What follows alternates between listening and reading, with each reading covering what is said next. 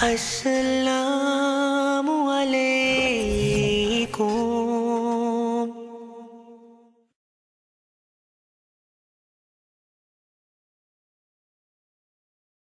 What's the problem with having friends of the opposite gender if my intentions are pure? How many of you have ever seen the clip, Why Guys and Girls Can't Be Friends? Raise your hands. Tayyib. You need to watch it. I promise you it's not a sheikh.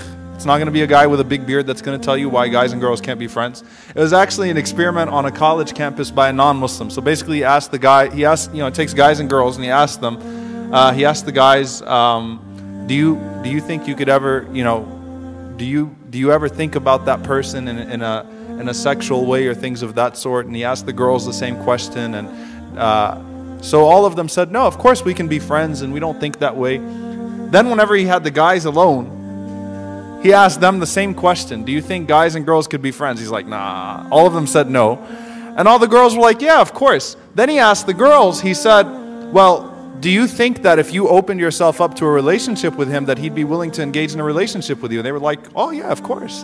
And so the point was, the end of the experiment was, guys and girls can't be friends, of course, in that regard. The point is, and I'm not an advocate for, I think that, subhanAllah, Sheikh Salman al-Ouda once said something very powerful. He said, if you close the doors to that which is permissible, people will break the doors.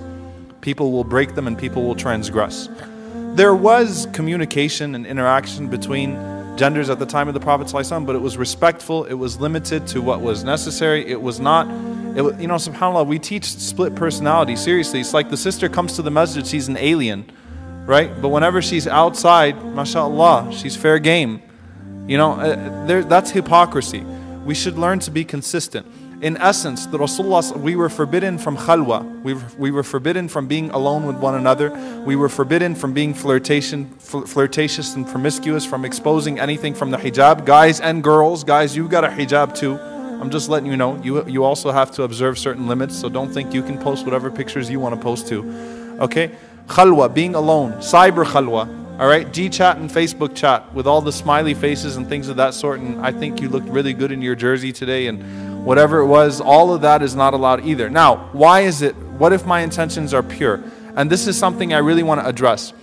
From the maqasid of Sharia, from the objectives of divine legislation, Allah subhanahu wa ta'ala addresses norms. Allah does not address exceptions.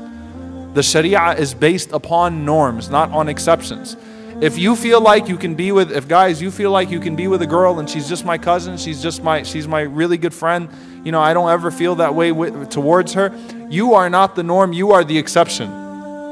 The legislation will not be based on the exceptions, it will be based on the norms. Just a month ago, I had a sister that took one of my classes that told me that she was with her male cousin, alone in the car. He used to drop her off to school every day for 2 years, and all of a sudden he groped her. They're both masjid goers. She didn't know how to deal with it. She said, I never expected it.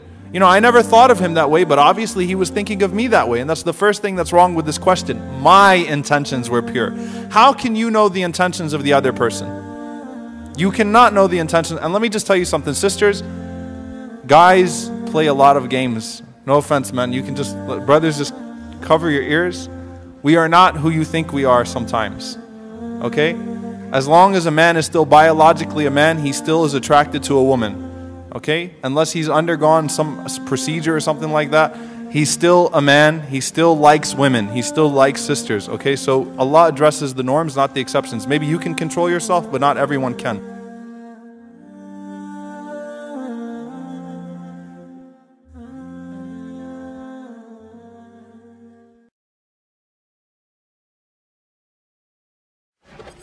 Assalamu